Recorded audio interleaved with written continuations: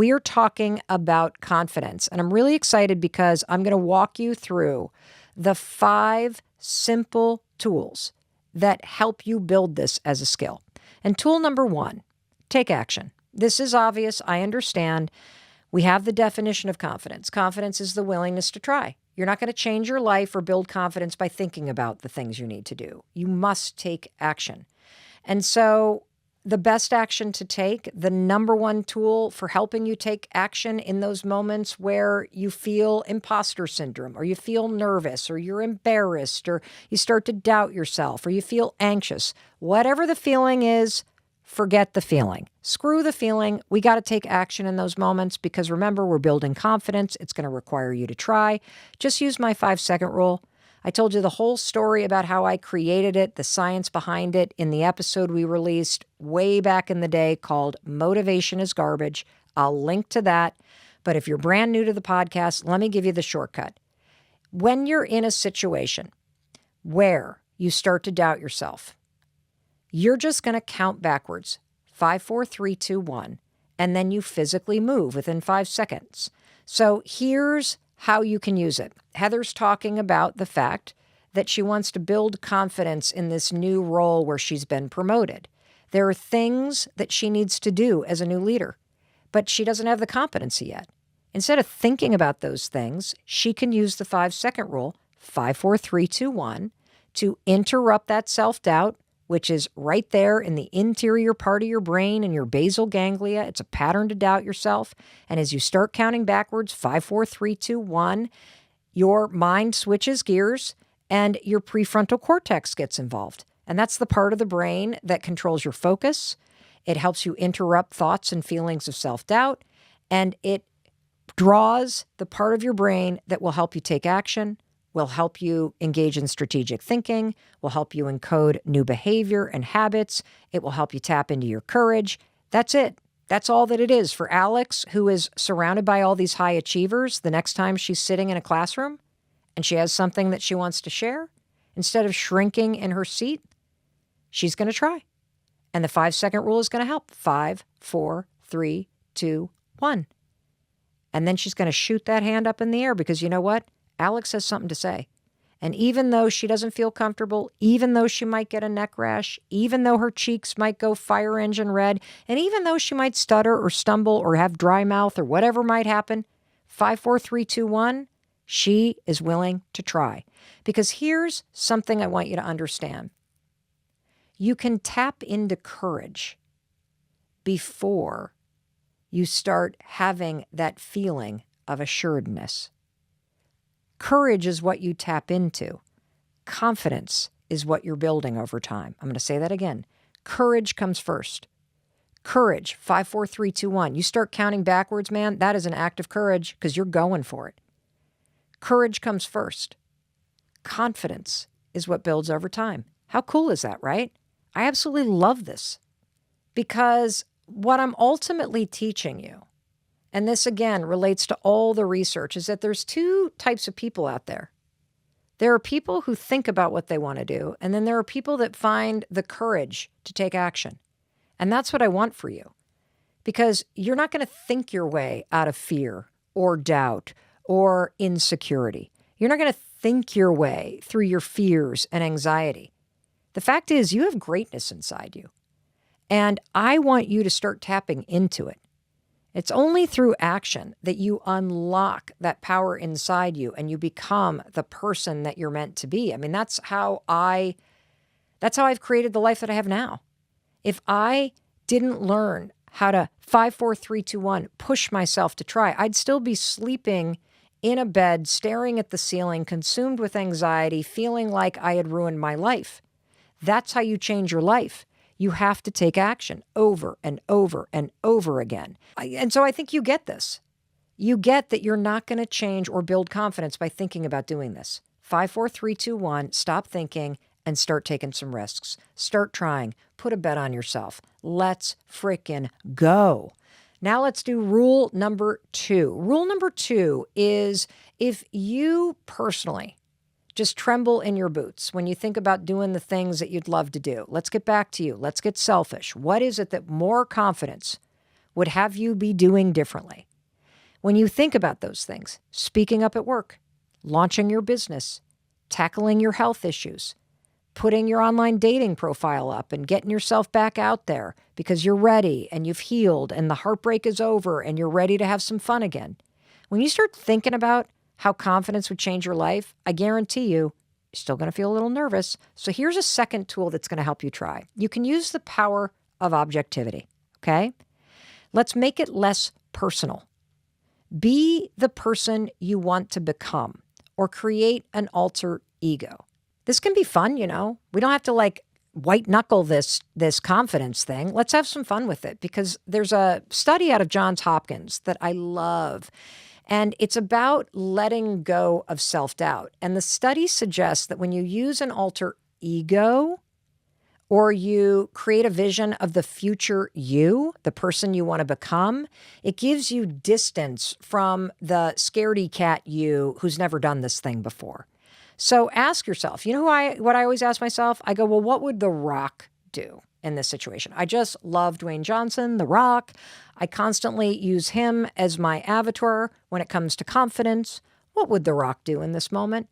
And I always get an answer, and it feels less personal. Because you and I are friends, you can use The Rock, you can use me. What would Mel do if you're feeling unsure and you want to tap into the confidence that you kind of pick up on from me? And this also taps into an entire body of research that I talk about a lot on the Mel Robbins podcast, which is behavioral activation therapy. Decades of research show that when you start acting like the person you want to become in the future now, in your present life, it's one of the fastest ways for you to change your mindset, for you to create new habits. Why?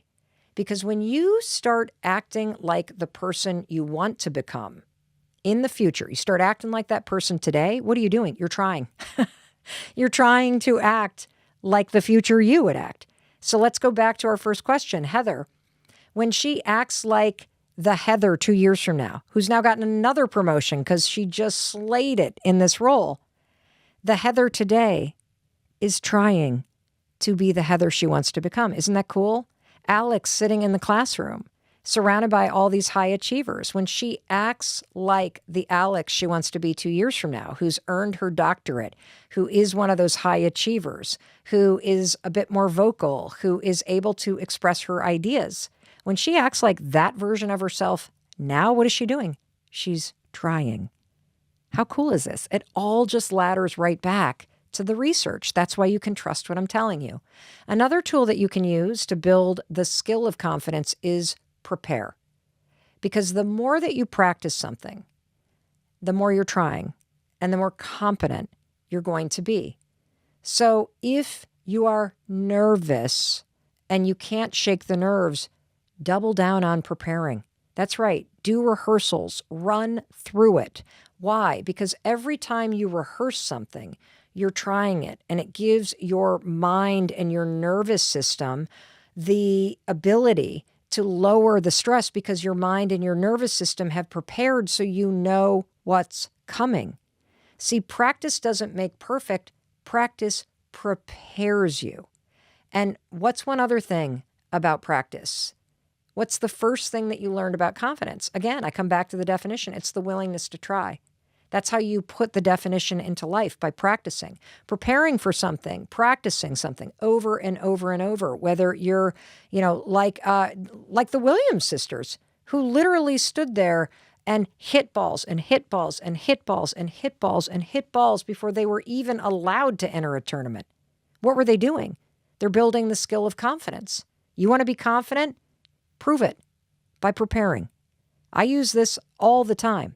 A lot of people, I laugh like, you see me get in front of a YouTube camera, or you see me walk onto a stage, or you listen to one of my audiobooks, and you're like, how do you do that?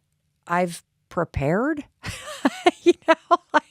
because when you're ready, just think back in your own life. Think about those moments in high school or college where you weren't prepared for the test. How nervous were you? You were shaking in your boots. You couldn't even concentrate. You knew walking into the test that you were screwed.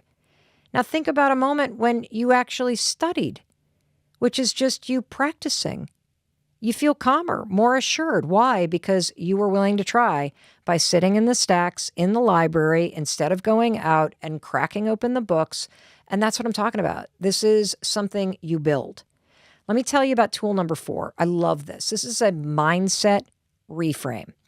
Because you got the 5-second rule, you've got the power of objectivity. What would Mel or The Rock do? You've got preparation. And now let me give you a mindset trick. I love this. I tell myself all the time why it's worth trying. The reason why I tell myself why it's worth trying. Why is it worth trying something if I'm only going to fail? Why is it worth going for it if I can't make my dreams come true? I'll tell you why. Because everything that you do in life is preparing you for something that hasn't happened yet. What did I tell you about confidence? Confidence is not something you build when you're winning. I think oftentimes when we're winning, what gets built is arrogance and bravado. And we forget what went into winning at something in the first place. True confidence, the skill of confidence, it's forged in fire. I mean, I've failed more times than I have time to tell you. You guys know that a decade ago, talk about failure, 800 grand in debt, unemployed, drinking my way through my problems, and all of that heartbreak and headache and breakdown in my life, which was horrendous to go through, it led me to the 5-second rule. If there was no debt, there was no drinking, there was no heartache, there would be no 5-second rule. When I was a talk show host, I was taping a talk show at CBS Broadcast Center here in New York City. It was a dream of mine to be able to have a daytime talk show. It gets canceled. It was leading me somewhere. Where? To this podcast, which is my most favorite thing that I have ever done in my career. See, I choose not to stay in a place of self-doubt. I choose not to wallow in failure. Because I know that life is always preparing you for something. And I know that your greatest failures, your biggest heartbreaks, they always teach you the most important lessons in life. You know, and I keep getting questions from you guys. Mel, oh my God, you're so confident. Like, what? You're 54 years old. You keep reinventing yourself. You keep trying new things like this podcast. What is it inside you, Mel? What is it inside me that makes me take all these risks, that makes me constantly try new things, that makes me willing to fail, to do something embarrassing or even disastrous? I'll tell you what it is. I want to get as much out of this life as I possibly can. And if you look at the math, I'm halfway through it. And it scares me to think that I could be on my deathbed and look back on my life and say, I wish I had tried that. I wish I had had the confidence to try that. I do not want to die and have regrets. And so while I'm here, while I'm breathing, while I'm able to, I am going to follow my curiosity. I am going to follow my heart. I am going to try new things. I am going to do absolutely everything that I can do to grow, to feel, to learn. And that's going to require me to take risks. That's going to require me to fuck up things. That's going to require me to look stupid. And I'm willing to do that because I know on the other side of the biggest heartbreaks of your life are the most amazing, heart-filled moments. I know that in the middle of every failure that I experience, and boy, I experience them oftentimes of my own doing, every single failure has, honest to God, equipped me with the lessons and the skill or the wisdom that I needed to be able to do something even cooler down the line. And I can prove it to you. Just look back on one of the scariest moments of your life, one of the biggest things that you just blew. I bet you can tell me that horrible thing that happened, that really hard thing that in the moment you were like, why is this happening to me? That right now, no matter what your life looks like, you can sit here and you know exactly what you learned from it. You know that you would not be the person you are today had it not been for that thing that you experienced, that you survived, that you learned from. And so, what drives me is just wanting to experience as much as I can from this one life that I have. And it's not all going to be a joyride. And so I'm willing to take the risk. I'm willing to try. I'm willing to look stupid. And I'm willing to do it because I think the payoff that you get, it's worth it. It's so worth it. So this moment, it's preparing me for something that hasn't happened yet. And that reframe, what it does is it helps me put failure and heartbreak and all the hard shit in life into a box that is something that stays by my side as I move forward instead of a wall or a block or an obstacle that stops me from continuing to move forward, because that's how you move forward. You continue to try. And the final tool when it comes to building the skill of confidence is you have to focus on you, because nobody's coming. Like, nobody's going to try for you. Nobody is going to be there to motivate you to try. Nobody's going to be there to give you the pep talk. I'm here twice a week. It really is my mission that these episodes and our relationship through this podcast is one where you feel empowered and encouraged and you're reminded of who you are, that this is like a little reset, a pep talk, that you get the tools and the encouragement and the high five that you need. But ultimately, it's up to you. And you got to learn how to stop looking at the world around you and what everybody and their mother is doing. And you got to look right back in the mirror, because you are the one person that you're going to spend your whole life with. And it's time that you start to focus on that person and getting into a better relationship with that person called you. I'm really excited. I'm going to teach you how to create and use what I call a confidence anchor. Not only when you're about to fly and you're nervous, but for any single situation where you're nervous to do something. Okay? Are you ready? Yep. Awesome. It's super cool. And for you listening, I want you to just hold that situation that you're nervous about. So maybe you're nervous to give a presentation at work, or maybe you have a son or a daughter who is getting recruited for a sport, and now there's all these big team matches coming up and they're starting to get nervous. This confidence anchor is exactly what you need. So step number 1 is you're going to think about this situation that makes you nervous, okay? And we've already talked about that, Cameron. It's this flight to Portugal. Step number 2 is come up with something about this situation that actually makes you excited. So describe for me, Cameron, what are you excited to do when you get to Portugal? I think the thing that I'm most excited for is to see my sister. I haven't seen her in a couple months. She's been in London. So I don't know. When I think about Portugal, there's a lot of things I'm excited for, but probably the biggest thing is just to spend time with her. And I love it.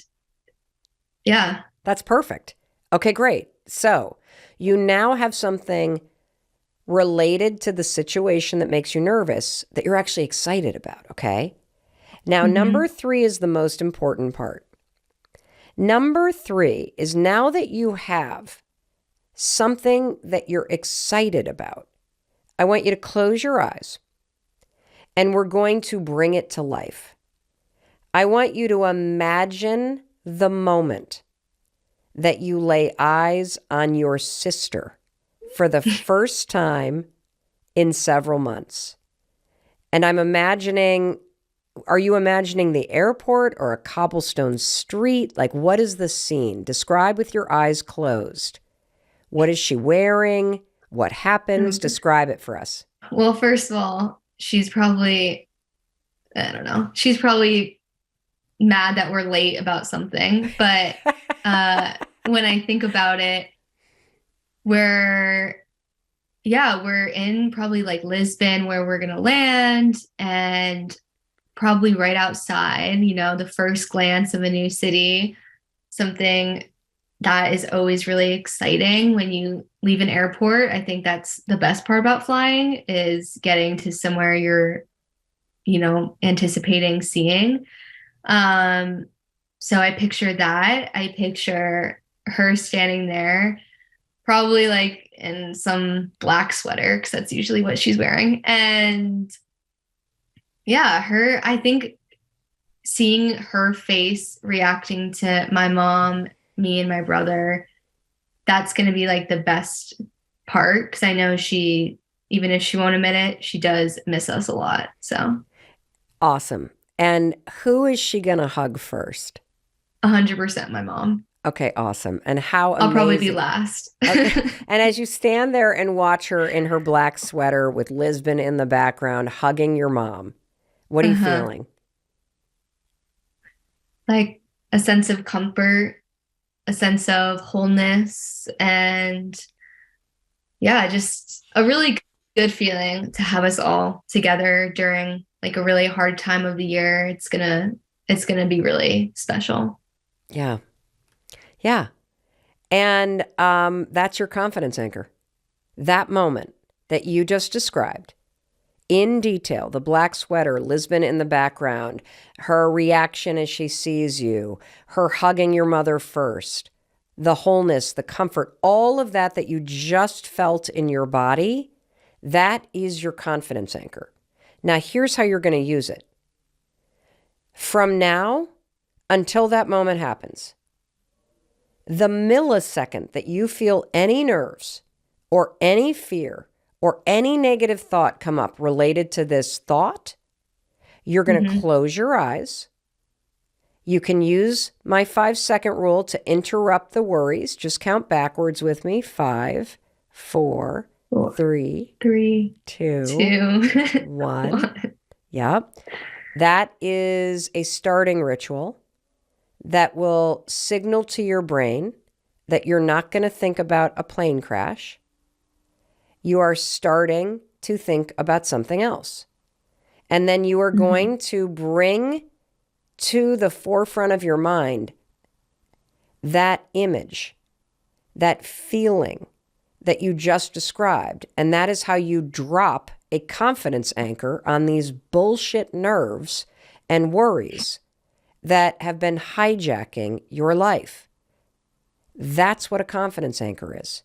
You're using your own excitement about something that normally makes you nervous to shatter the grip that fear and nerves has on your body and your mind. That's what you're going to do.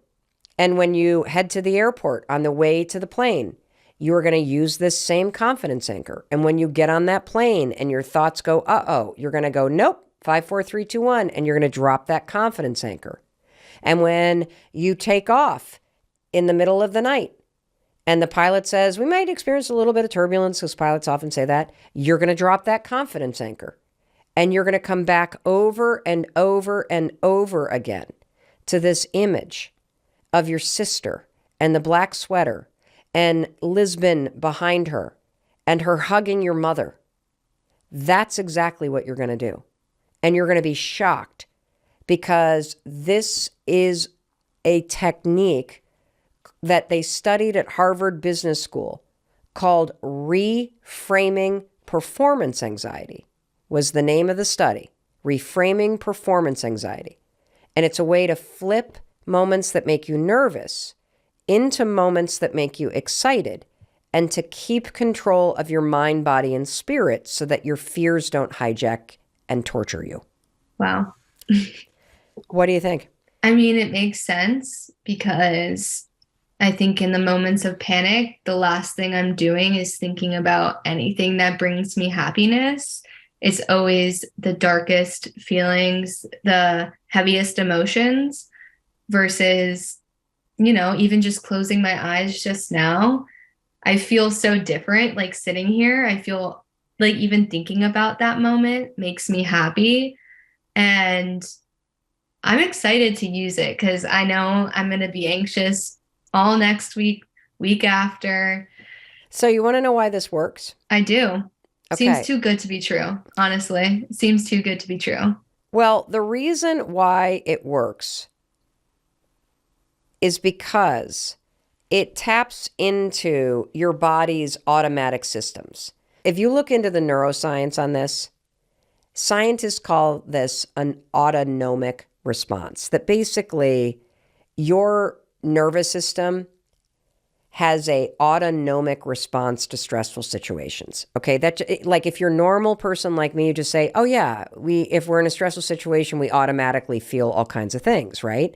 And so what I want you to understand is that, when we're in situations that make us nervous, everybody, whether you're giving a speech or you're going into an interview or you're on a first date or you're running a track meet or you're getting on a plane or you're breaking up with somebody or you're going in for a job interview, it is going to be automatic that your nerves take over because you're about to do something that makes you stressed out a little bit. It's requiring you to it makes you feel a little bit vulnerable. But here's the cool thing. Even though you have this automatic response, because you're right, there's no way over the next 5 weeks you're not going to feel anxious, because that's the autonomic response that your body has to this stressful thing. But here's the cool thing, Cameron, you can control this. So here's the secret. The secret is understanding that your body's reactions to fear, so your automatic reaction to a fearful situation, is the exact same as your body's automatic response to an exciting situation. And we're going to use this truth that your body's automatic reaction to fear is the same as your body's automatic reaction to excitement to your advantage. So tell me about a situation that makes you excited, like just something like in your day-to-day life, okay? Give me a situation that makes you excited. In my day-to-day life, that makes me excited. Well, how about this? Who's your favorite musician? I really like the Lumineers. Okay, great. Guess what? The Lumineers are playing a private concert at the new private venue at the Fenway Park. You, my friend, not only have front row seats, you're going to meet them before the show. Okay. It's 5 weeks out. How do you feel? Jittery a little bit. Like kind of the same feeling I would have if I, was playing a big soccer game or running an important race when I was younger, like the clammy hands, the pit in your stomach. Yep. Dude, we're walking into this venue. You're walking up to the front row. How you feeling? My heart's beating fast. I'm like going a million miles an hour. I don't know. Probably feeling like really on edge. Yeah, the usher is coming up to be like, okay, they're ready to meet you. How you feeling? I'd be like, okay, like, let me collect myself. Yeah, probably really flustered and I don't know, like a little bit anxious probably. So it kind of sounds like a situation like that where you're about to meet your favorite band. Which I would say, is that a positive or a negative experience? Yeah, that'd be amazing. I mean, a positive one, obviously. Well, it sounds very similar to the way that you experience the thought of flying to Portugal. Yeah, I guess that's true. Yeah, you want to know the only difference? When you're in the situation that's positive, that makes you excited, and you're about to meet the Lumineers, your brain is telling you you're excited. Your brain is telling you the jitters in your stomach are butterflies. And that's a good thing. Your brain is telling you your hands are clammy and your heart is racing because something good's about to happen. The only difference between that and what you experience as you think about flying to Portugal is what your brain is saying about the flight. When you start to experience butterflies in your stomach as you are about to board the flight, your brain's going, uh-oh, there's something wrong. This is negative. The plane's going to crash. You're experiencing in your body, Cameron, the exact same physical and physiological symptoms when you meet the Lumineers as when you board a plane. And the only difference is what your brain is saying about it. And so the reason why a confidence anchor works is we are going to shut your negative brain down and drop this confidence anchor right on it like a sledgehammer. And we're going to replace your narrative that something's wrong with, holy shit, I'm about to see my sister. This is so exciting. It's as exciting as meeting the Lumineers. And when your brain starts to say the butterflies are positive, you won't escalate into a panic attack. You will have taken control. How cool is that? That's pretty cool. So, do you have any questions about the confidence anchor and how you're going to use it? It just honestly seems still a little bit too good to be true. Like, I don't know. I can just conquer all my fears just by flipping the way I'm thinking. There's a scientific reason why this works. So they researched this at Harvard Business School. And what they did is they put people in control groups and put them in situations that made them nervous. So they put one group into a control group where they had to run a track meet. Another one had to sing karaoke. Another one was in like a debating competition. And they taught one group of people to use this reframing tool where you think about something related to the track meet or the debating competition or karaoke that you're excited about. And so this group was taught to say, I'm excited. I'm excited to run this meet. I'm excited to get up there on the stage and conquer my fears. I'm excited to go and debate because I've prepared. The people who use this simple reframing tool outperformed the people who didn't. They felt less nervous, and there's a scientific reason why. Earlier, we talked about the fact that there are these automatic responses that our body has to situations that are exciting or stressful. And in our case, Cameron, we talked about the Lumineers and how that's exciting, meeting the Lumineers, and getting on a plane to Portugal, which used to make you nervous. Just talking about those two situations created an automatic response in your body, didn't it? Yep. That automatic response is nothing more than a series of chemicals firing and messages firing between your brain and your nervous system. The reason why you and I get butterflies is because when the brain sends a message down to your nervous system that, holy cow, we got to get on a plane, or holy cow, the Lumineers are about to walk in, your nervous system goes, oh, got it, and immediately starts changing up the chemicals in your body. Adrenaline fires. The blood races to your head and to your heart. That's why your heart starts pounding. That's why your thoughts start to race. Now you get butterflies because the signal in your brain going to your gut just changed the chemicals in your digestive tract. That's why we all get butterflies. That's it. And so in the situation with the Lumineers, you flipped your thoughts. I'm excited to meet them. And so that explains all the reasons why you have all of these changes going on in your body, why your heart is racing, why your butterflies are in your stomach. This automatic response doesn't scare you because you're thinking positive thoughts when it comes to the Lumineers.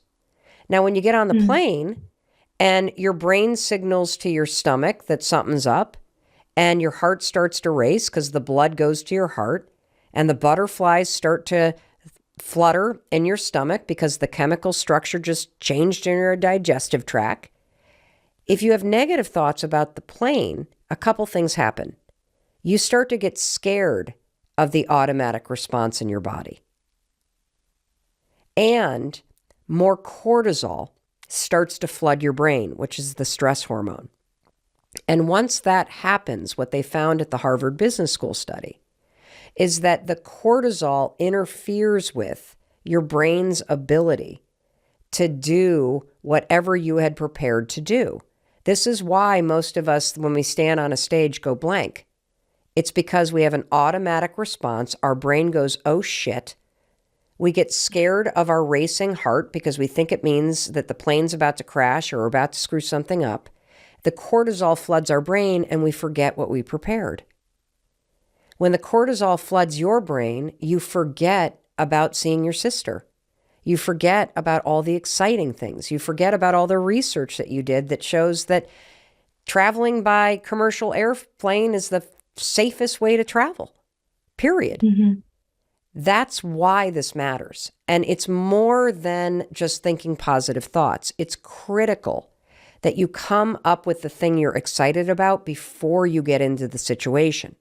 Because once your thoughts start to race and you're like, oh my God, I'm going to screw up this test, or oh my God, I'm going to screw up this interview, or oh no, the plane, you've already lost control. You have to come up with this exciting anchor and this confidence anchor before you start to get nervous. Got it? Yeah. Any other questions? It just makes so much sense. I always have taken the approach of calm down, Cam, like, kind of making myself to be the bad guy. Um, and not really reframing it in any way, just letting myself kind of soak in all the stress and anxiety. uh, and just kind of reprimand myself, being like, what the heck, why are you not just calming down? Like there's a 6-year-old that's, bouncing around and it's like, ooh, I love when the plane goes up and down. And it's like, why can't I be like that 6-year-old? But Let me tell you yeah, I why. think This I is get excellent. Cameron, let me tell you why you can't bite by that okay. 6-year-old, because I love this analogy. The 6-year-old's brain is not attaching negative thoughts to the plane bouncing up and down. As far as the Hmm. 6-year-old is concerned, this is exciting. That's why they're not panicking. And so Yeah. the reason why in the history of telling yourself to calm down, you have never been able to calm down is because you are dealing with an automatic response in your body. So let's go back to the science. When you get into a situation that makes you nervous or that makes you stressed out or makes you afraid or that makes you excited, those are states in your body of high agitation. Those are states of alertness. Those are states when your blood starts pumping and your brain starts paying attention and, everything kind of aligns because you're about to do something that makes you excited or fun or nervous or afraid. And so you go into a state of being hyper alert. That state of high agitation is one that you can't calm down like that. So what we're doing when we teach you to create a confidence anchor and to use excitement to reframe what you're feeling is we're taking a state of high agitation from the negative to a state of high agitation in the positive. We're actually using the automatic response in our body to our advantage, and we're just tricking our brain to believe that we're actually excited because our brain doesn't know the difference. Your brain is like the 6-year-old. Your brain actually doesn't know the difference between excitement and fear. That baby that's bouncing is feeling the heart racing and then the bubbles in her stomach. It's just that your brain is framing it in the negative. Because your brain knows that excitement and that fear feels the same, that meeting the Lumineers and being on an airplane feels the same. You can use that to your advantage and trick your brain in a moment where you would normally be nervous to actually think you're excited. And the reason why this matters, Cameron, is because when you're on that plane, if you can come back over and over and over to your confidence anchor, and if you can close your eyes in a moment of turbulence, and you can imagine your sister, and you can start to say out loud, and this is important, you've got to say to yourself, I'm so excited to see. What's your sister's name? Sienna. I am so excited to see Sienna. I'm so excited to see Sienna. I cannot wait for Sienna to hug my mom. I cannot wait for this. If you come back to that confidence anchor, you are going to flip your brain into believing that you're excited about that moment and you will no longer be afraid. And it's a way to gain control. And you know what? You want to know something really cool? Because your confidence anchor is related to what you're doing, it's really Hmm. believable. Because when you are there hugging your sister, it means the plane made it and there's nothing to be worried Yeah. about. That's why this works. When you imagine before a test yourself walking out of there going, yes, it actually makes you excited to take it. When you imagine yourself nailing the interview, it makes you excited to walk into it because your brain doesn't know the difference between a state of fear or a state of excitement. And now you know a simple trick backed by research from Harvard to take control of your mind and take control in situations where nerves normally derail you. Yeah, that's amazing. I think that was always like in the back of my head during our conversation was if I'm still I feel fear in a lot of different areas of my life, not Mm-hmm. when I'm just in the air. Mm-hmm. So when I'm on the ground, how can I use this tool to ground myself, even if I'm not sure the outcome of it. I love this. Okay. Great question. I want you to take out a notebook and you're going to write down any Okay. single thing that makes you nervous. Could be anything. I mean, what? Give me a Oh couple. God.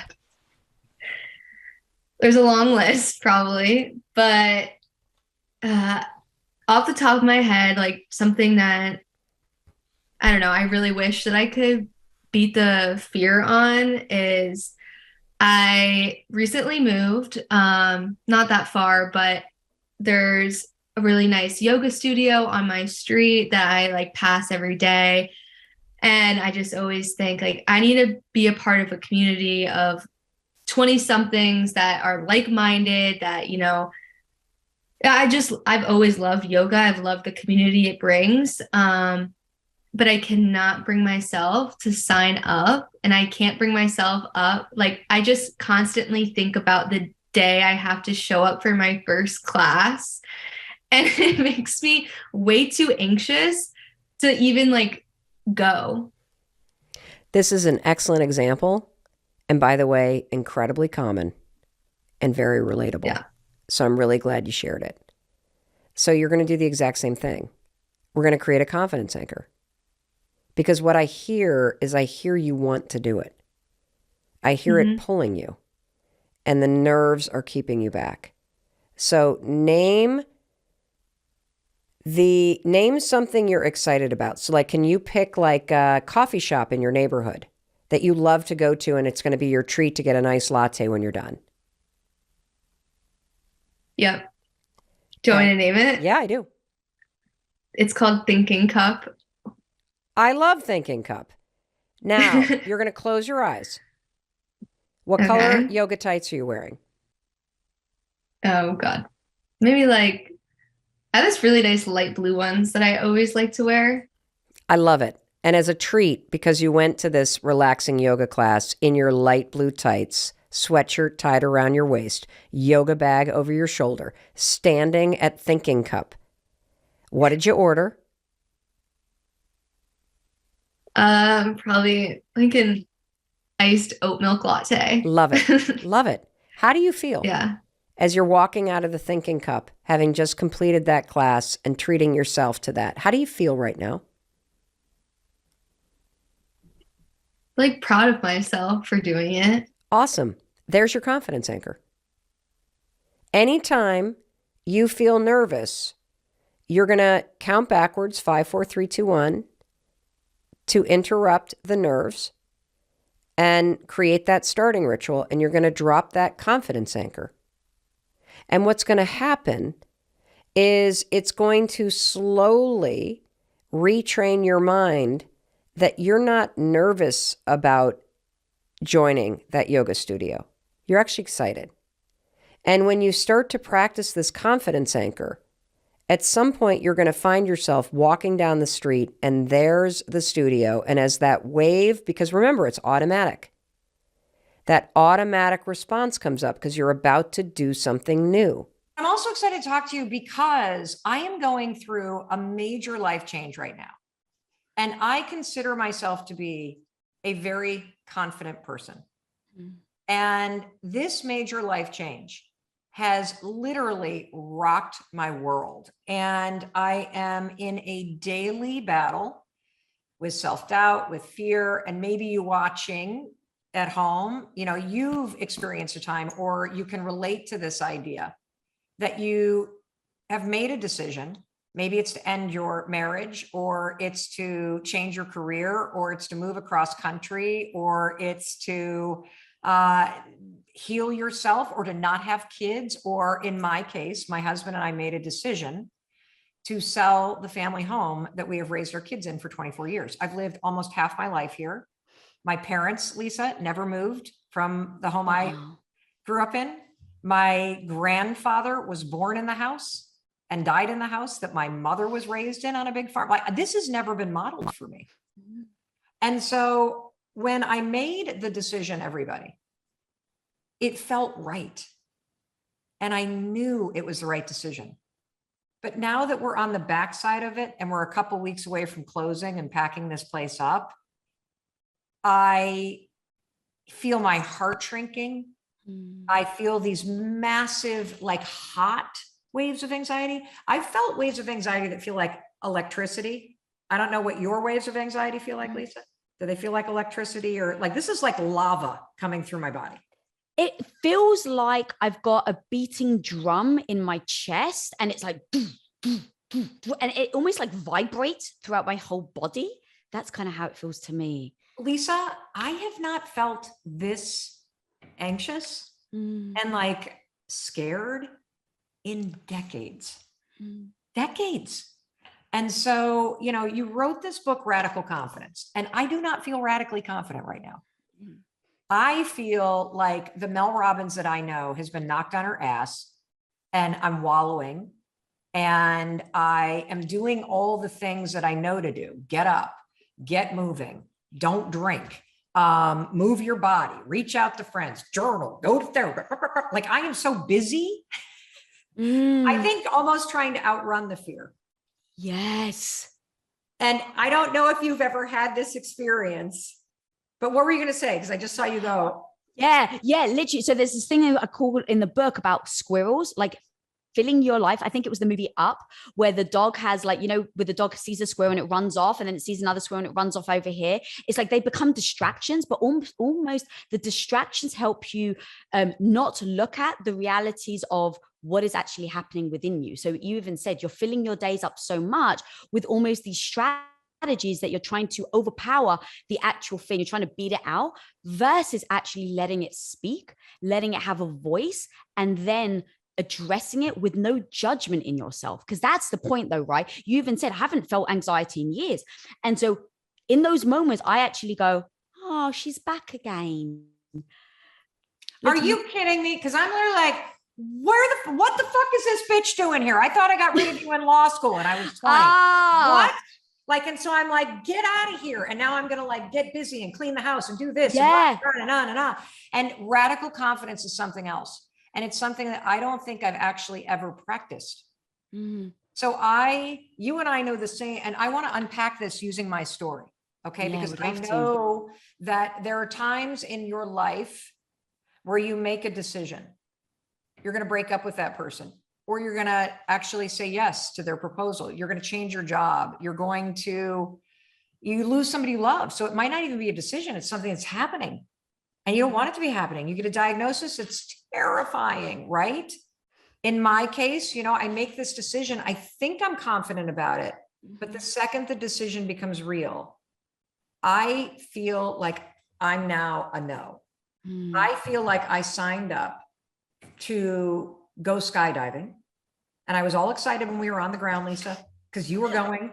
And then Lisa's all excited. So I get excited. And this is great. And Lisa and I are going skydiving. And Lisa gets on the plane and she's off.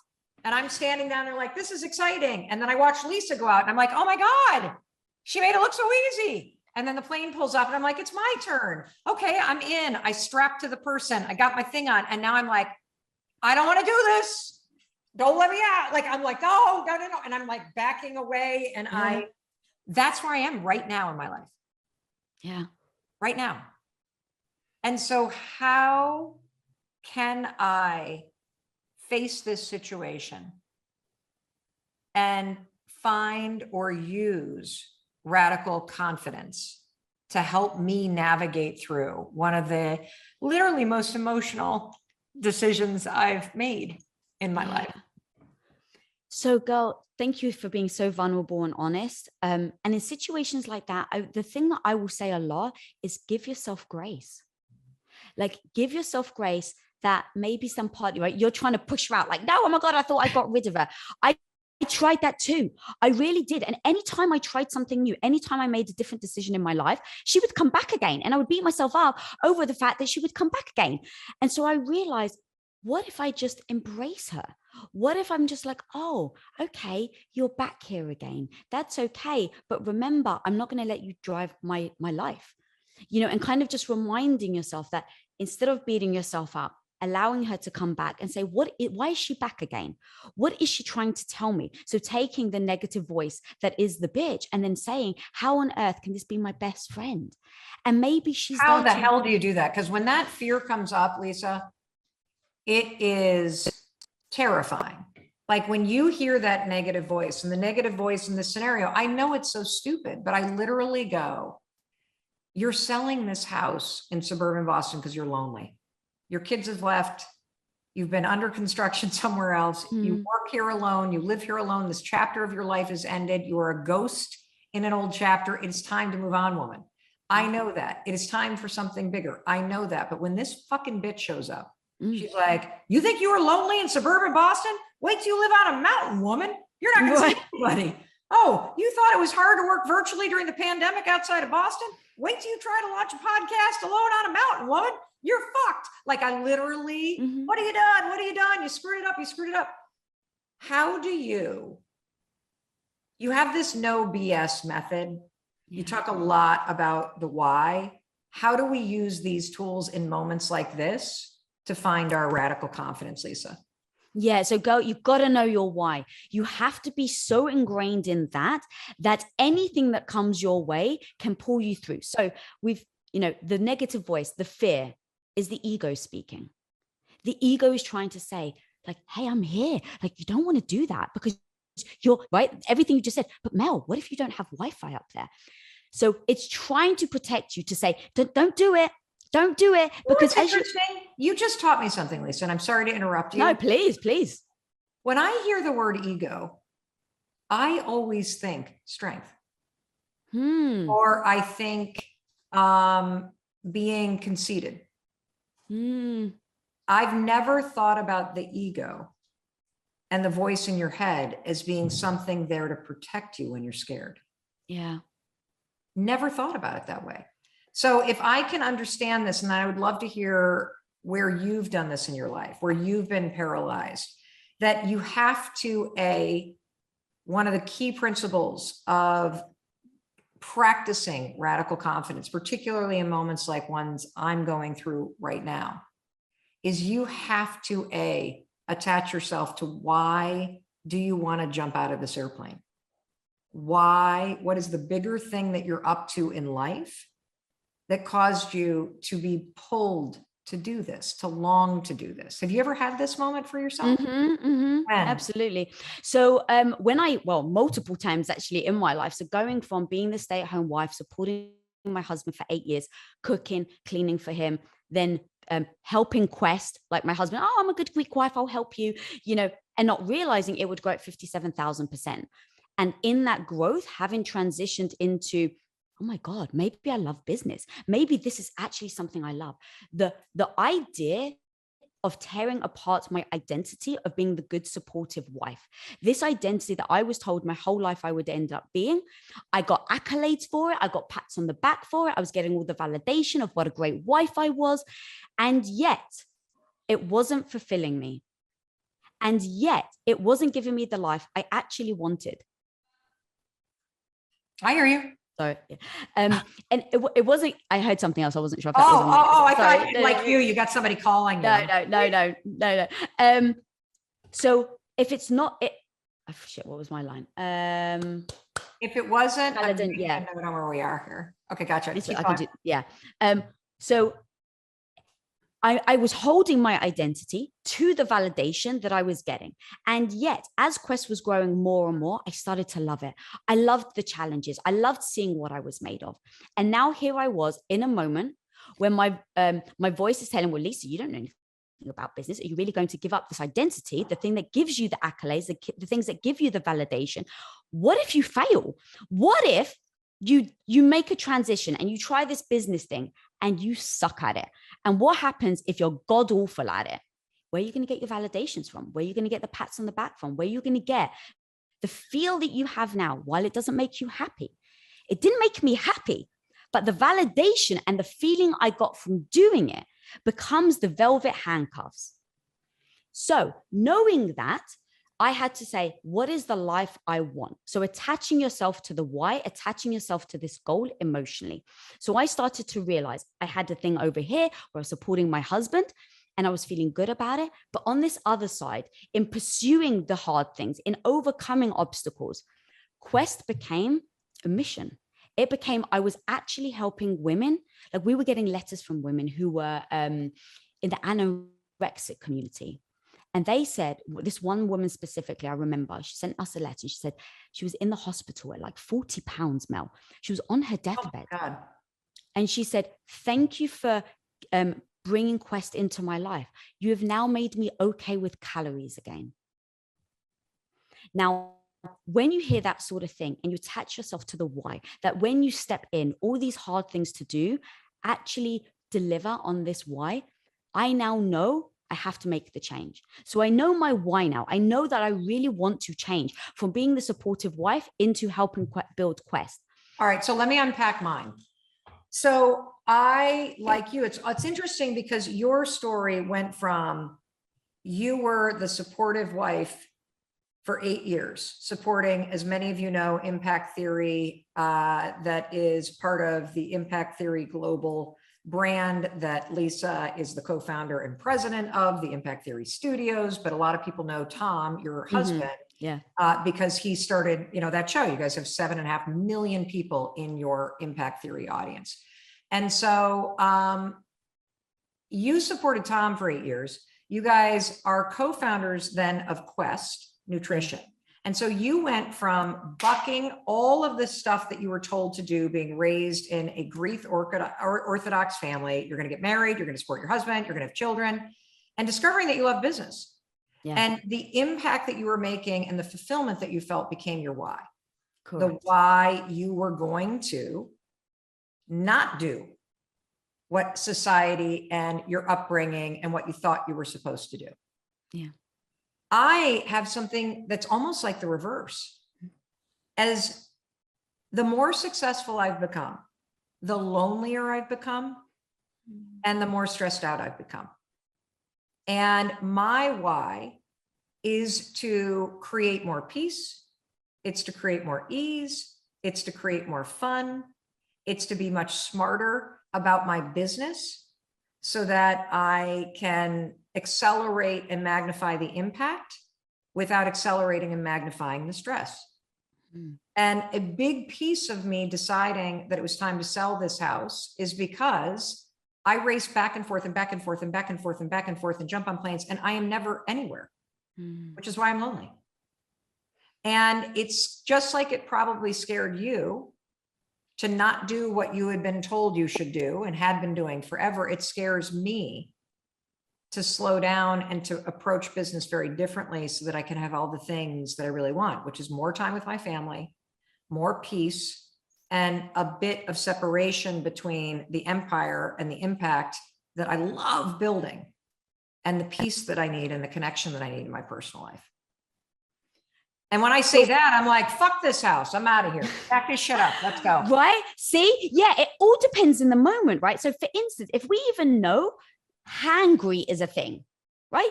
You don't eat, you get mad, and all of a sudden you may say something you shouldn't have said.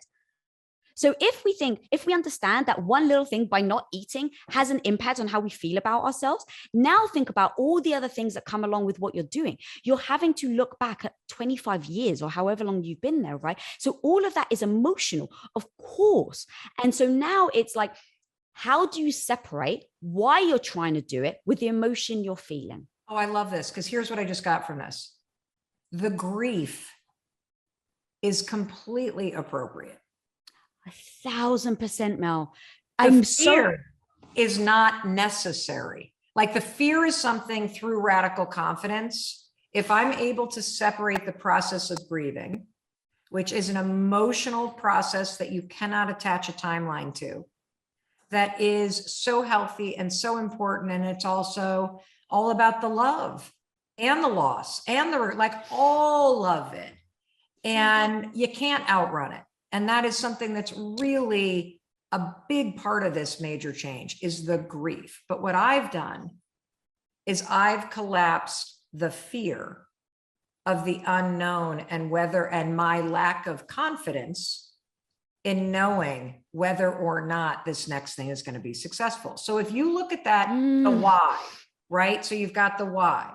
So everybody, the first piece of advice from Radical Confidence, if you are in the low, if you're in a big major decision, if you're scared about something, you did not lose your confidence because it's in you. We're going to tap into it. And if I'm hearing you correctly, step one, when you hit that moment, is you got to attach yourself to your why. Mm-hmm. And my why is that I want to make a greater impact and have much more peace and ease in my personal life and more time with family and friends. And that's why I've got to remove this variable of a house that my entire family has outgrown, even though I don't want to give up the memories. Like I'm still walking around here because it keeps me close to my kids. Mm-hmm. And then you're also saying, though, and this is the really important part that I've actually never heard anybody say. I'm sure lots of people have said it, but I've never heard somebody say it in a way that I really understood it, Lisa. And that is that the fear is your ego trying to protect you from something you're scared of. Yeah. And when you feel the fear, you need to detach it from everything else. And you need to turn towards that fucking fear. You write this chapter. I'm so glad we're talking about this because this is my favorite chapter, everybody. This is make your negative voice your bitch and then turn it into your BFF. And I'm telling you right now, my negative voice is my bitch right now. Like I didn't make it my bitch. It is bitching at me. Yes. It is scaring me. And so the voice that's scaring you going, I can't do this. I'll never make friends. If I was lonely here in Boston, then I'm going to be really lonely on a mountain. What the fuck have I done? Just screw it. Bitch, bitch, bitch, bitch, bitch. My daughter has this right now. She got into this great program in London and she's pursuing her dream of being a singer-songwriter. And she's 5 days away from leaving. And her fear, so her ego is going, you're not going to like it. You're going to be homesick. This is going to be terrible. Blah, blah, blah, blah. So what do you do when that fucking bitch is bitching at you? You literally listen to her. You go, all right. I don't want to listen to her. All right, Mel, she's I've been listening to her and I'm crying in my bed. How do I stop listening to her? Okay, here's what I love it. Okay, so here's the thing. Just like a partner, your spouse, your best friend, she's going to tell you the hard things. You don't sometimes want to hear it, right? I ignore Chris. I'll listen to you. So okay. All right, there you go. So your friend is telling you, like, hey girl, you may want to watch out for this. Hey, you know what? This actually could be a bad thing. Like, what if you are lonely? So now I go, oh, she's actually a friend trying to warn me of something that may happen. Now, as my friend, because she cares about me, because she doesn't want me to get my ego dented. She doesn't want me to be embarrassed. She doesn't want me to feel shame or guilt. So she's warning me. So if she's warning me, hey, you're going to be lonely. Okay, great. Thank you for letting me know. Maybe I will feel lonely. So what I'm going to do right now is I'm going to have radical confidence and I'm going to put something down. So let's say you have a list, right? On the one side, what is that bitch telling you? And now if it was your BFF, what is she trying to help you come up with a strategy or a tactic to mitigate that when it happens? So maybe, here's the thing, Mel, maybe you do get lonely. That's very real. And now here's the thing. What are you going to do about it? You're going to say, all right, I've got a game plan. I've pinged Lisa and I've told her, hey, look, I'm actually really worried about going. I may feel lonely. Do you mind that you become my partner in crime or whatever word you want to be? It's like, okay, yeah, of course, Mel. So now you can go by the fear and you go, cool, thank you, fear. You've just warned me of something that may deter me from loving the new decision that I've made. And so taking that down, piecing it together, everything you just said. So even your daughter, it's like, well, I may feel, what if I get there and I miss my family? Okay, great. That's actually a very valid fear. What are you going to do if you miss your family? Instead of wallowing, like you said, right? And it's like, oh my God, I miss my family. You go to your cheat sheet, which is your radical confidence cheat sheet. And you go, everybody, I'm making mine right now. Oh, I'm making mine right now. I'm turning this conversation into a coaching session for myself, which, by the way, I would have paid thousands and thousands of dollars for by the minute. Because if you can get me out of bed, not wallowing and terrified of this big decision, then that changes everything. And I think you kind of just did. Yeah, taking that critic, right? Because I tried to stop the critic in my head. I tried to, but I couldn't. So I'm like, okay, what if I can turn the critic into my coach? And that's exactly what you've just written down. The critic is saying this, but your coach is telling you what you can do if you're fearful of this. So you've really taken this thing that used to be crippling, it was your kryptonite, and now you've made it your superpower. And the other thing I really want to hammer home, Mel, you said it and it's so beautiful, is the grief thing. This is so powerful because I think we live in a world where we think just because we're moving towards something we love, that we don't have the right to mourn the life we are leaving behind. And when I decided I didn't want children. I was just going to ask you about this. Okay. When you said that, I literally was like, I have to ask her, because you on social media are such an empowering voice for anyone who has decided that they're not going to have kids. They just not what they want in terms of the way that you want to live your life. Yeah. So is there grief for you? And how did you come to that decision for yourself? And why are you personally so vocal about the decision?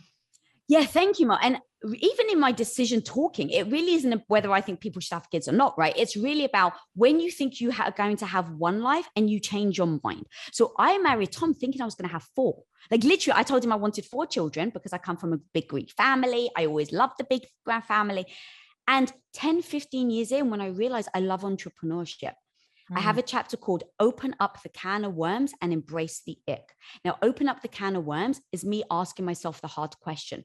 Do I actually want children?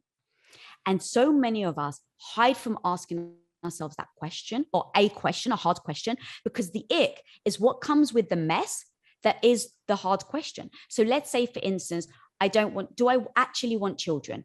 And the answer is no. The ick is now I have to talk to Tom, my husband, who may still want children. Now what happens, Mel?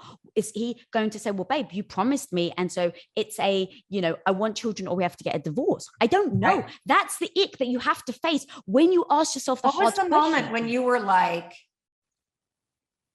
wow, I actually realized I don't want 4 kids? How did you get to that decision? So do you ever feel like it's a whisper in your head first? The house was. Yeah. It like becomes something. Keep going. So it becomes this little whisper that maybe we try to ignore because it's uncomfortable. It's like, I don't want to ask myself this hard question, because if I say to myself, to your point, do I really want to live here anymore? Now you have to deal with all the emotion that comes behind it. You have to tell your kids. What if your kids are upset? Now you've disappointed your kids. What if your husband doesn't want to move? Right? There's so many things that come with you saying, maybe I don't want to live here anymore, that ends up people living in the same house that they didn't want to live in for 10 years. So it's making sure that you ask yourself the hard question, listening to the answer, which is the whisper, right? So the whisper is, do you still want to live here? Do you still want to live here? And in fact, let me back up. So you listen to the whisper and then you let it speak. Do you remember the first moment and where you were when it went from a whisper to a speak?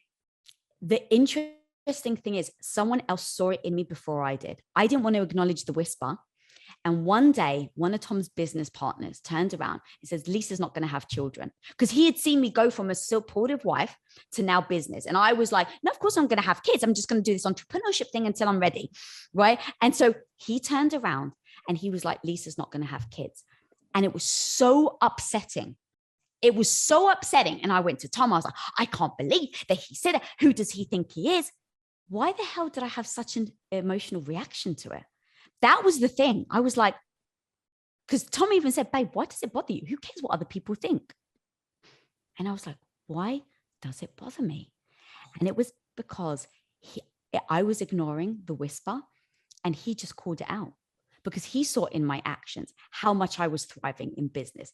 He saw, but because of my belief system, the belief system that I had as a Greek woman, I was going to have children. I didn't want to ask myself the hard question. So when he said that, I actually stepped back and said, why do I believe that I'm going to have kids in the first place? Like with no judgment, assess my belief system. And once I started to write down what are the first things that come to your mind? And I was like, all right, legacy, chatting something out like as quickly as possible. So I was like, all right, legacy. And I was like, well, what does legacy mean? So I wrote it down, legacy. Oh. What does legacy mean to me? All right. Well, I said legacy because to me, it was about having children to pass on your wisdom. That was what my dad used to tell me. And I was like, but do I actually believe that? I'm like, well, a legacy to me could be, having, making a mark on your life now so that when you're gone, you're remembered. All right, do I actually need to give birth to my own children to do that? Oh, no, I actually don't need to. And then it was like, why else do I believe that I want to have children? I really love the idea of having a little Tom running around, a little mini Tom. I love the idea of having a daughter that one day I could help her mindset not be crippling like the mindset that I had growing up. So all these emotions were real, which is why I didn't want to necessarily say, but is this worth, right? Is this something that I really want to have children over? And so once I looked at that and I said, you know what? I actually still want that. But what I want more than that is the life that I'm experiencing in business. And in that moment, Mel, going back to your grief, I realized I had to mourn the life I was leaving behind. It didn't mean that I didn't want the life. It didn't mean that some of the decisions that I was making weren't going to be heartbreaking to me. But I realized that what I wanted more than having children was actually not to have children. Wow. And so I had to sit with Tom, and we had as a relationship, our communication. And I said, babe, I need to give you the space for you to mourn the wife you thought I was going to be. That's going to take process. What can I do to do that? Right. And so I, with respect, said, he's used to me taking care of him, putting his clothes out, cooking for him every day. And so there is a grief process when you lose someone, right? Those first moments where it's like you're surprised by all the changes.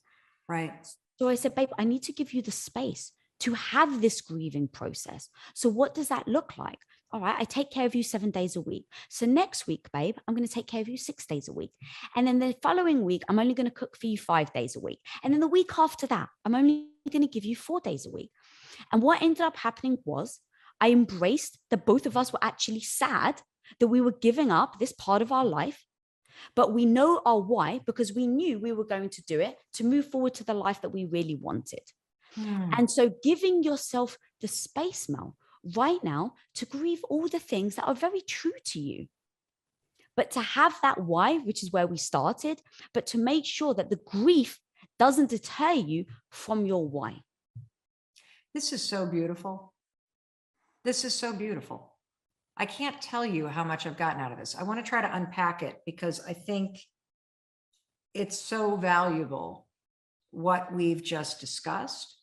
And as somebody who has spent a lot of time running and a lot of time being faster. I mean, even just think about the 5-second rule. If I move faster than the anxiety, I won't be there when it hits. Right. But the problem that I faced, and it has worked for decades, but the problem that I've now faced in making this massive life-changing decision is that in those moments when you get the diagnosis or somebody that you love dies, or you make one of the major changes, your anxiety catches up.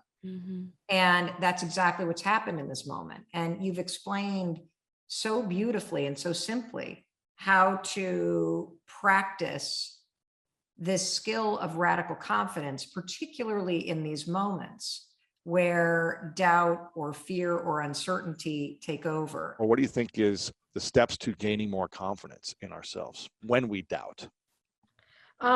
So I always thought that confidence was a thing that you feel. And I have come to prefer that confidence is something that you do, meaning that, you know, a lot of people like to think, okay, well, you're going to feel confident first. And then once you feel confident, then you'll take the action. And that's wrong. It's not a chicken or an egg in my mind. I think what happens is you have to force yourself in a moment of self-doubt to do something. And when you see yourself taking action, the confidence follows. So I have created my own definition of confidence, which is confidence is the willingness to try. And you display the willingness to try when you take action. Yeah. It's a lot like the relationship between courage and fear. You can't have courage without fear. Courage isn't the absence of fear, it's acting in the face of it. And confidence isn't the absence of self-doubt, it's being willing to try, even though you doubt yourself. Mm-hmm. That's beautiful. That's going in the book. I'm quoting you in the book. Make it, baby. Make it your own. I love that. That's powerful. Yeah. And I think, I'm sure we're very similar in the sense that we do a lot and we build confidence because we would take action. You in law school and public defending and all these different things you've done, which like, okay, I'm afraid, but let me go do it. And now, okay, I'm getting better. Now I feel more confident. It's not just let me learn something or let me read a book and now I'm confident in a skill that I haven't applied. I must apply it and fail a bunch and realize, oh, okay, I've gotten better. I have fallen over and over and now I'm standing and I'm actually doing okay and I'm doing even better now.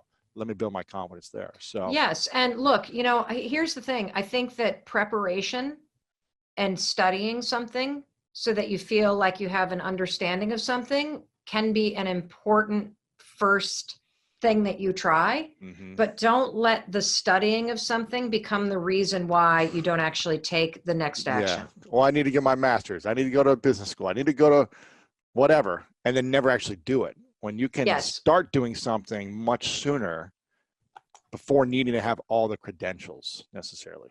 Yes, there's very few things. Except for like being a doctor. Okay, maybe don't do surgery. Correct. Yeah. Yeah, a chemist, a doctor, something that requires you to actually have accreditation and specialized knowledge, an engineer, whatever. But most things that you will master in life will not be mastered by reading a book. You cannot learn how to ride a bike by reading about it.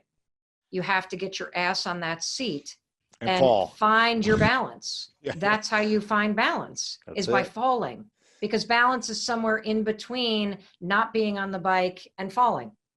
Or being on the bike and falling, rather. That's beautiful. Right now, I'm sitting in a hotel room in Salt Lake City. I've got about an hour before I've got to cross the street and head over to the convention center and give a speech. But something happened this morning where I caught myself going down a rabbit hole. I started worrying about something. Then the worries became even bigger. And I realized I'm doing that thing. I'm doing that thing where I am causing myself a lot of pain because I am catastrophizing. So many of us struggle with this. You may struggle with this, where your mind is constantly defaulting to what's going to go wrong, or you're always dwelling on problems that haven't happened yet. And so I thought, why don't I just jump on the mic while I have a little bit of time here and explain what just happened to me, because I know you're going to relate to it. So here's the deal. So I wake up and I roll out of bed and I start my normal morning routine and I pick up my phone. And one of the reasons why I picked up my phone is because our oldest child, our daughter Sawyer, who's 24 years old, is in the middle of a solo backpacking trip on the other side of the world. And this is something she's wanted to do for a long time. It's really well planned out. And of course, because I'm her mother, because I worry, I am tracking her location. And we're all on WhatsApp. We're in a family group text. And right now she is in Australia, and she had planned as part of her itinerary that she was going to go on a couple solo hikes. Cue the worry. Okay. I got my 24-year-old daughter, backpack on her back, in a country she's never been to. Obviously it's relatively safe, but that does not prevent me from coming up with all kinds of fantasies in my mind about what could go wrong. And so I've been pretty good. I've been really good. I have been able to just enjoy from afar and not become a stalker. But something happened that caused me to spiral this morning. She summited this mountain in Australia to see a sunrise 2 days ago. And I haven't heard from her.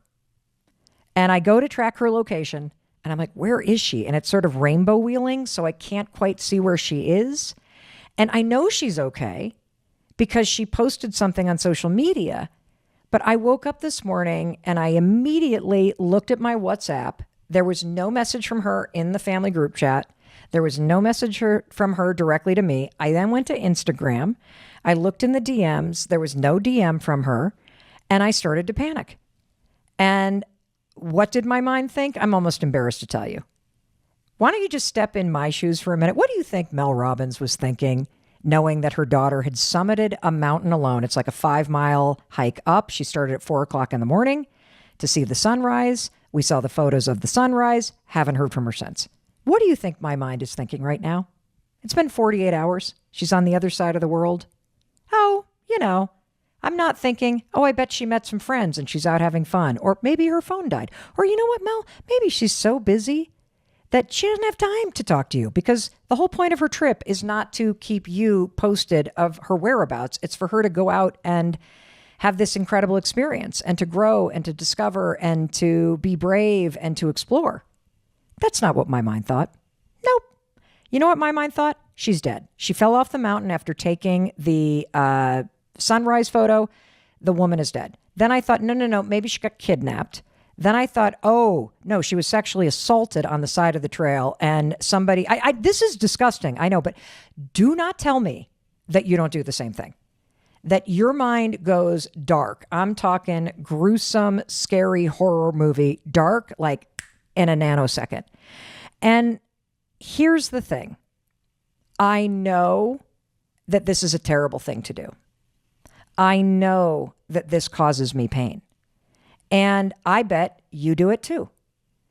I know you do, in fact, because I've seen the DMs that you write to me, whether it's you are worried about your money and you're constantly worried about something bad happening with your money or getting fired or forgetting about something for your kids. And that's where your brain is constantly settling. And here's what we're going to do today, because we're all guilty of this. There's so much research around the fact that worry is so painful in your life. Worry is a habit. This is a really, really bad spiral to get into. It causes you a lot of pain. It causes you a lot of stress. It can certainly bring on anxiety. And if you already struggle with a little bit of anxiety, it can make it a lot worse. It doesn't help with your confidence. And 1 out of 3 people, according to research, struggle with constant worrying. And so what I want to share with you today is a 6-word sentence that I use all the time in these moments when I catch my mind spiraling. And it really helps. And it really helps me because it stops that freight train of bad and negative and catastrophic thoughts. And here's the 6 words. You ready? This is what I say to myself. What if it all works out?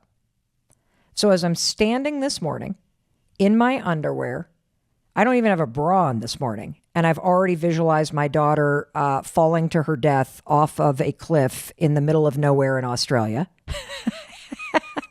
I'm brushing my teeth, and I'm starting to notice my anxiety rising. It's 6:15 in the morning here, and I have inflicted self-torture on myself before I've had a glass of water or a cup of coffee. This is completely unnecessary. And I catch myself. And this is what I want to teach you to do, because you need to start catching yourself. I think you and I can agree that we can't control anything that's happening outside of us, right? But we can certainly control our reaction to it. And so I'm standing there in my underwear.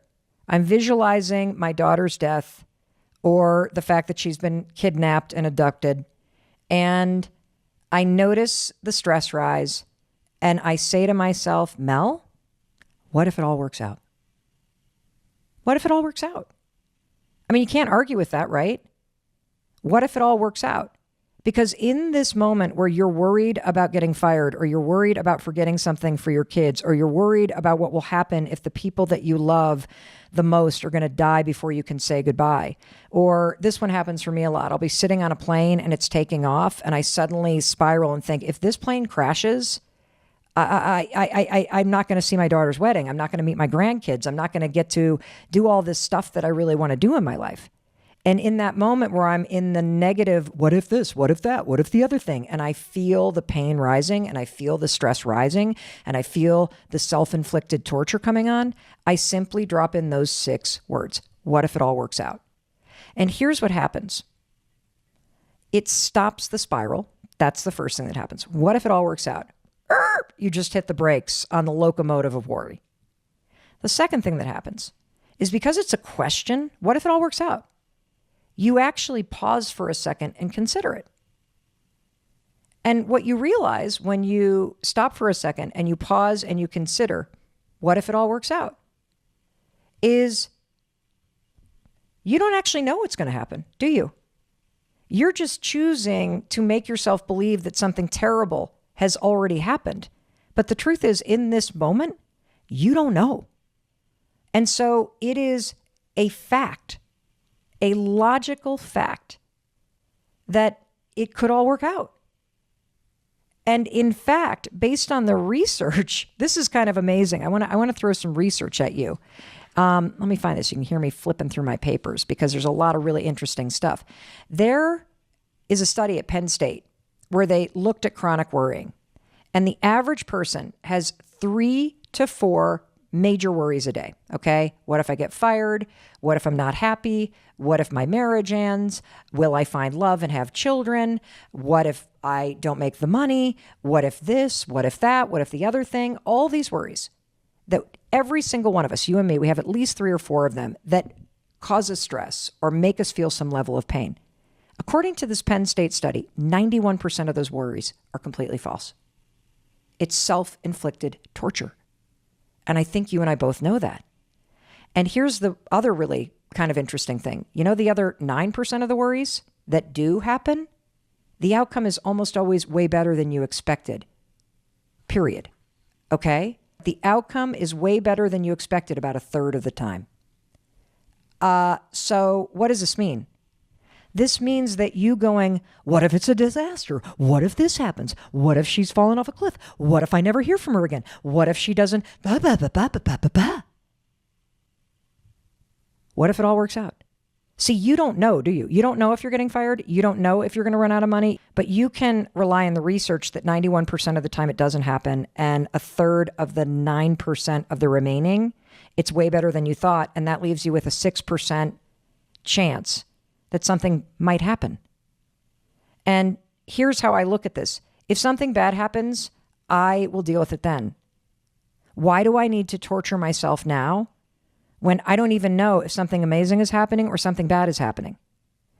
And so what if it all works out is a way for you to catch yourself, because you and I inflict so much pain, and it is pain. It's pain when you do this to yourself. It was painful to stand in the bathroom here in Salt Lake in my underwear, brushing my teeth, thinking about my daughter's death. And it's completely ridiculous. It's not like, give me a break, Mel. Give me a freaking break. And I know all our fans right now in Australia and New Zealand are like, oh, she's fine. Like that is ridiculous, Mel. It is so fabulous. People do this all the time. They hike that trail. It's wide. It's this, it's that. I know the mountain you're talking about because she went up for the sunrise. You're completely ridiculous. That's why you need this 6-word sentence. What if it all works out?